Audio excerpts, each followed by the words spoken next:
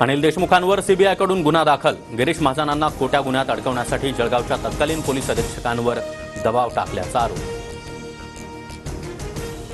माझ्यावर दाखल झालेला गुन्हा तथ्यहीन, अनिल देशमुखांनी आरोप फेटाळला। तर फडणवीसांच्या पायाखालची वाळू घसरल्यानं कट कारस्थान रचल्याचा देशमुखांचा हल्लाबोल। पापा करायची आणि आमचं नाव घ्यायचं हा पायंडा पडला। भाजप महिला मोर्चाच्या अध्यक्षा चित्रा वाघ यांचं अनिल देशमुखांना प्रत्युत्तर। तर आता निवडणुकीमध्ये 2 हात होऊनच जाऊ द्या, अनिल देशमुखांना आव्हान।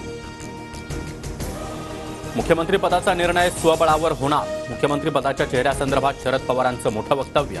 तर आताच मुख्यमंत्री पदाचं नाव जाहीर करण्याची गरज नाही, पवारांची प्रतिक्रिया। महाविकास आघाडीचं संख्याबळ आल्यावरच मुख्यमंत्री पदाचा चेहरा फायनल होईल। शरद पवारांच्या भूमिकेला नाना पटोलेंचाही पाठिंबा। मुख्यमंत्री पदासाठी कोणी लढत नाही, जागा वाटपामध्ये ओढाताण होणारच। महाविकास आघाडीतील मुख्यमंत्री पदाच्या चेहऱ्यावर आदित्य ठाकरेंची प्रतिक्रिया। अजितदादा आणि शिंदेंमध्ये लाडकी बहीण योजनेवरून श्रेयवादाची लढाई। अजितदादाच 1500 रुपये देत आहेत अशा आशयाखाली अजित पवारांच्या राष्ट्रवादीची जाहिरात।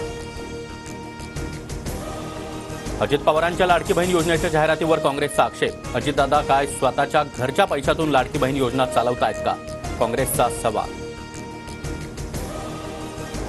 मुंबई, पुणे, नाशिक, ठाणे जिल्ह्यातील सर्वच विधानसभेच्या जागा मनसे लढणार। मनसेच्या आजच्या बैठकीत निर्णय। तर कोणतीही युती होणार नसल्याचं सांगत कामाला लागण्याच्या राज ठाकरेंच्या सूचना। भाजप आमदार संदीप धुर्वे गौतमी पाटील सोबत नाचण्यात व्यस्त। विजय वडेट्टीवार यांच्याकडून व्हिडिओ ट्विट करत हल्लाबोल। तर अतिवृष्टीमुळे झालेल्या नुकसानाचं भान नसल्याची देखील टीका।